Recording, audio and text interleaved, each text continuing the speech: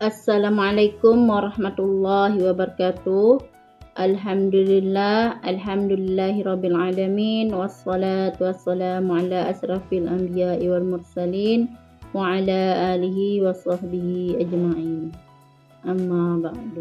Saya Nur Aina, peserta PKDP UIN STS Jambi tahun 2026. Baiklah, saya akan menyampaikan materi bahan ajar dengan mata kuliah, belajar, dan pembelajaran. Adapun tujuan pembelajaran ini, sub CPMK-nya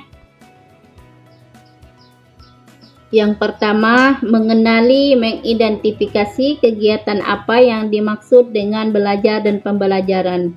Yang kedua, membuat rangkaian kegiatan pembelajaran dari menerapkan komponen-komponen pembelajaran sampai pembuatan RPP atau rencana pelaksanaan pembelajaran. Definisi belajar dan pembelajaran.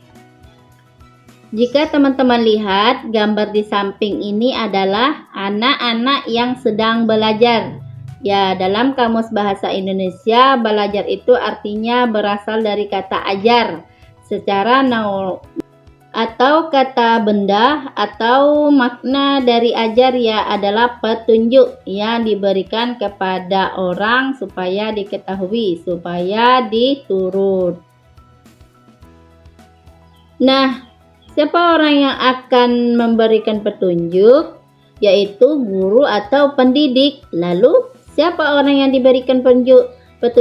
Dia adalah anak-anak atau peserta didik, atau juga disebut dengan istilah pembelajaran.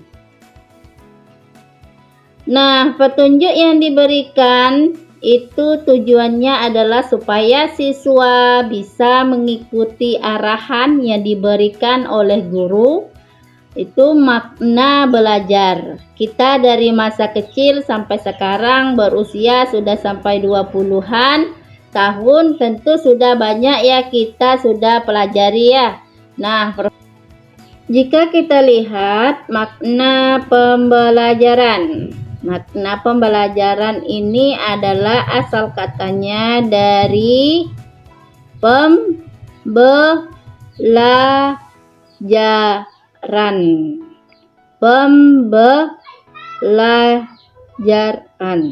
Nah, prosesnya, cara, perbuatan menjadi orang atau makhluk hidup belajar.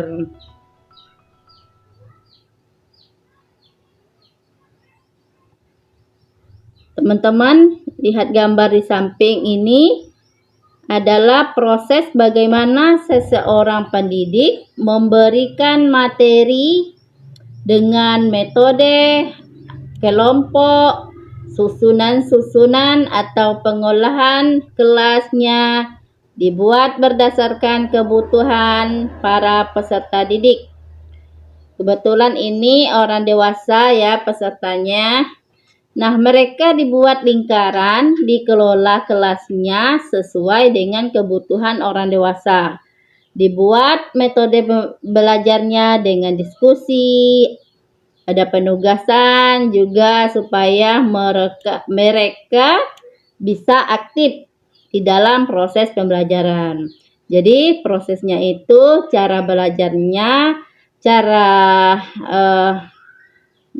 nah, jadi itu maksudnya dengan pembelajaran, sehingga di dalam pembelajaran nanti akan terlihat juga tujuan-tujuan pembelajaran disusun agar peserta didiknya bisa mencapai apa yang diharapkan.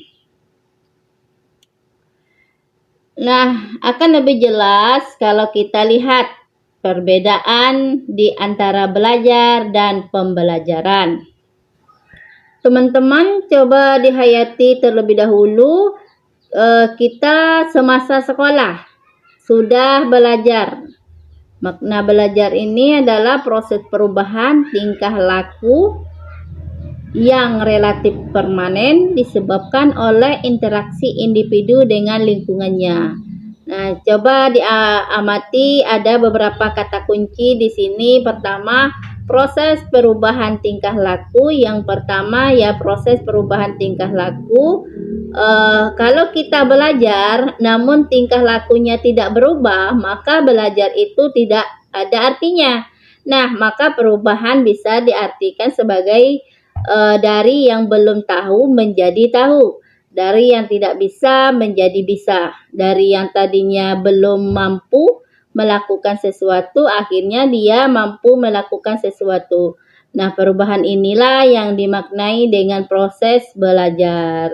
Nah, belajar itu terjadi relatif permanen. Jadi kalau kita sudah melakukan sesuatu berubah perilakunya, terjadi proses yang permanen. Artinya dia selalu seperti itu, konstan, tidak berubah. Maka itu sudah dikatakan belajar.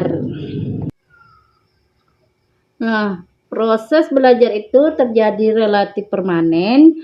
Jadi kalau kita sudah melakukan sesuatu berubah perilakunya, terjadi proses yang permanen. Artinya dia selalu seperti itu, konstan, tidak berubah. Maka itu sudah dikatakan belajar. Nah, kenapa dia bisa permanen? Karena dia bisa tidak berubah karena disebabkan oleh interaksi individu dengan lingkungannya. Karena ada proses komunikasi antara guru dengan pembelajar. Pembelajarnya antara guru dengan siswa. Ada proses mentransfer ilmu kepada siswanya. Ternyata ada proses kerjasama, berinteraksi, berkomunikasi, sehingga terjadilah permanen. Jadi pada 3 hal di sini yang harus kita perhatikan di dalam belajar, yaitu pertama proses perubahan tingkah laku, itu yang kedua perubahan itu bersifat permanen, dan yang ketiga ada proses interaksi individu dengan lingkungannya.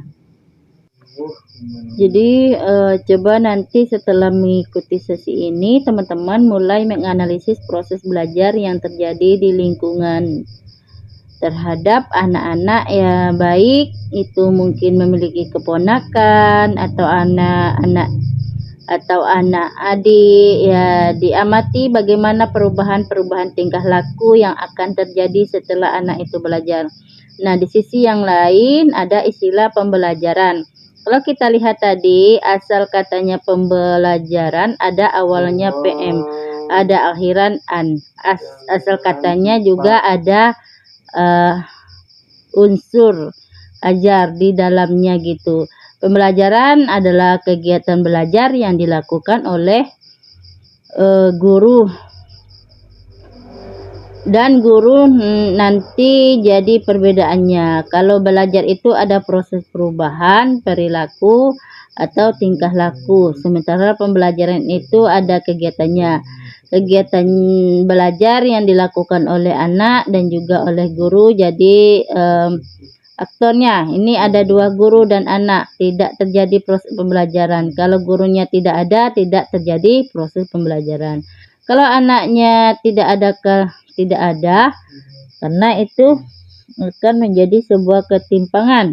Dia harus sinkron, harus bersama-sama.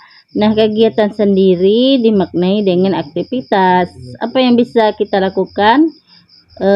Kita lihat contoh di sini teman-teman. Nanti di dalam prakteknya kita coba membuat beberapa contoh praktek kehidupan kita sehari-hari yang dimaknai dengan belajar. Nah, nanti teman-teman bisa menulis di link diskusi mana contoh-contoh yang bisa teman-teman amati di sekitar kita. Misalnya di sini ibu kasih contohnya mengaji.